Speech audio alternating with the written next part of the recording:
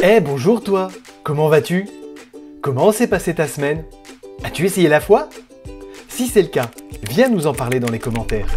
Car ton expérience peut servir pour d'autres, tu sais, que ce soit des enfants mais aussi des adultes. Alors n'hésite pas. Aujourd'hui, je vais te raconter l'histoire de Jean-Marc.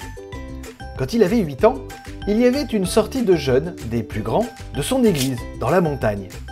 Son papa était le responsable de ce groupe de jeunes, et Jean-Marc et sa maman devaient l'y rejoindre à midi pour leur apporter le repas.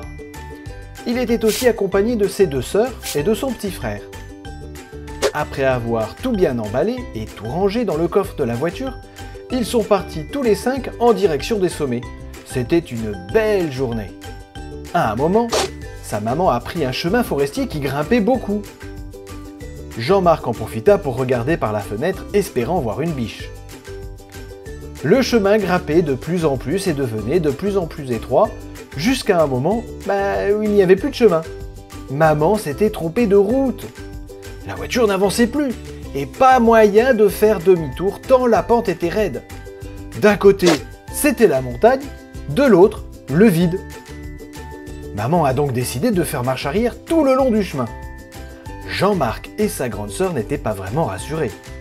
Son petit frère et sa petite sœur ont commencé à pleurer, alors Jean-Marc et sa grande sœur ont essayé de les rassurer pendant que maman faisait de son mieux.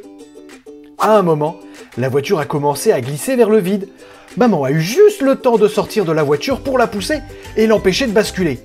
Elle essayait de toutes ses forces de pousser la voiture pour ne pas qu'elle bascule dans le vide. Elle criait à ses enfants de rester dans la voiture. Tous les enfants étaient apeurés et en pleurs. Bien que la route soit encore très loin, maman a crié de toutes ses forces « Au secours! Au secours !» Et ce fut un miracle. Malgré la distance et le bruit des moteurs des véhicules, 2 voitures qui passaient sur la route ont entendu les appels au secours.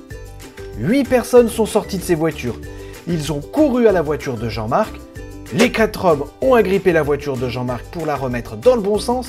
Et les 4 femmes ont pris en charge les enfants qui étaient apeurés et ne s'arrêtaient plus de pleurer.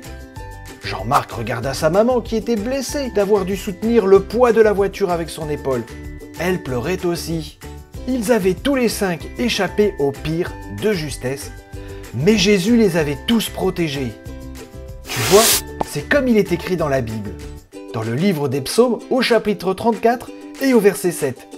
L'ange de l'Éternel campe autour de ses enfants et il les arrache au danger. Toi aussi, confie-toi en l'Éternel. Demande à Jésus son aide à chaque instant et Dieu sera là pour toi dans les moments les plus difficiles.